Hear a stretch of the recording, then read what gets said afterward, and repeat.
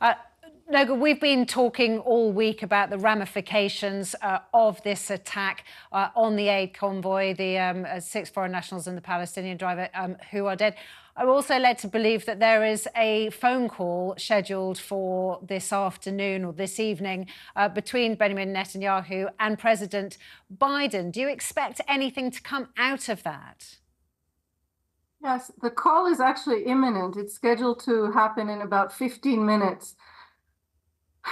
I do expect, I can't be precise and I'm not in the call, but I really do think we're at a pivotal moment. This tragedy involving the World Central Kitchen aid workers has occurred after weeks and weeks of the United States warning Israel and also almost begging Israel to allow more aid in, to come up with some future vision for the administration of Gaza. And Netanyahu's absolute refusal to do this, sometimes open and sometimes a bit more coy, has sort of, I think, come to an end now. In other words, I think that there will begin to be American repercussions, not completely dramatic. We're not going to see this allyship between the two countries end completely, but I think that there will be real and measurable repercussions if Netanyahu does not pivot and doesn't recognize the magnitude on the world scale of what has happened. The other thing is, it's not clear that Netanyahu can pivot and keep power. And so he's really in quite a bind. And when you say, perhaps he could pivot, what sort of actions are you thinking about there? Are you thinking about letting aid convoys in? Are you thinking about, withdrawing? I mean, we know, we've been hearing today and yesterday that the level of fighting isn't as high as it was. But actually, it's not necessarily the fighting that's killing people now, is it? It's the sort of almost famine-like situation. It's the lack of food, the lack of medicine, the lack of hospitals, and so on. So what sort of thing do you think Netanyahu, if he was minded to, could pivot towards? Most radically, if Netanyahu really decided that he had to make a dramatic pivot in his attitude towards American demands and towards the course of this war, what he could do would be to eject from his government the two most extremist coalition parties and bring into his government the leader of the opposition, who throughout this war has said that he would join a centrist war cabinet if these other two extremists were kicked out. And Netanyahu has always rejected that. So that is on one extreme of what he could do. It would be a political risk for him, but it would be a very dramatic message that he's taking the United States and the rest of the world seriously. And Noga, sorry to interrupt. On that issue, do you suspect that that is one of the things that President Biden is going to be asking him to do in that call? I wouldn't be surprised, because President Biden is known in private to be very blunt, and he's also extremely well versed in Israeli politics. Moreover, his top Washington ally, the Senate Majority Leader, just a few weeks ago called for new elections in Israel flat out.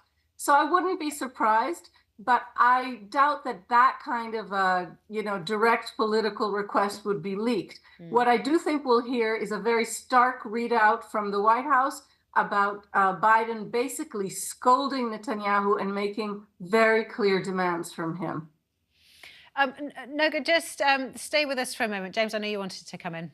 Well, Biden's tough talk and crocodile tears, I think, shows his real moral depravity. This is the US's war in terms of arming Israel. While the bombs were being dropped on the aid workers, the US was giving Israel further arms. And it's only now it shows once again the value or the lack of value placed on Palestinian lives by the Biden administration, in that tens of thousands have been killed, and only now is he, while still arming Israel, saying that he's going to have a very heated conversation. Now, coming back to the Israeli population's demeanour towards that. We talked yesterday about popularity or lack of popularity of Netanyahu. When it comes to President Biden, what do the Israelis think about him? President Biden is very popular in Israel. I think it's important to remember that really in the immediate days after the Hamas massacre, the invasion of October 7th, he was one of the first major allies. He flew to Israel. He embraced Israelis as even Netanyahu hadn't, still hasn't, to be honest. So he's a very popular guy here, but Israelis are right now confused, I would say. So there is a growing feeling that what happened in Gaza now is a turning point in the war. And most of Israelis' anger and I would say judgment against the government, not against Biden, yes, against the Israeli government, has to do with the fact that Israeli hostages are still in Hamas hands 6 months later. Just in the last few minutes, we've heard that Hamas has rejected the last American Qatari proposal for, mediated proposal for hostage release. And so it kind of leaves Israelis with nowhere to go. And that frustration really is burbling up. And Noga, we're having conversations today about whether the British government should still continue to sell arms and give arms licenses to Israel. There's 600 legal figures have written to the Prime Minister and so on, urging him to revoke those licenses, which has been done. Funny enough, Margaret Thatcher revoked licenses for Israeli arms, and as did Tony Blair in years gone by. So this is becoming quite a political issue here. Of course, before you joined us, we were discussing British arms aren't anywhere near as significant as American or even German and Italian. But is that something that's being discussed in Israel? Who provides the arms to the IDF? Of course, it's being discussed. The United States is the kind of sine qua non Israeli ally. If the United States decided to no longer sell or provide certain armaments to Israel, that would really change things, and that would have a huge impact.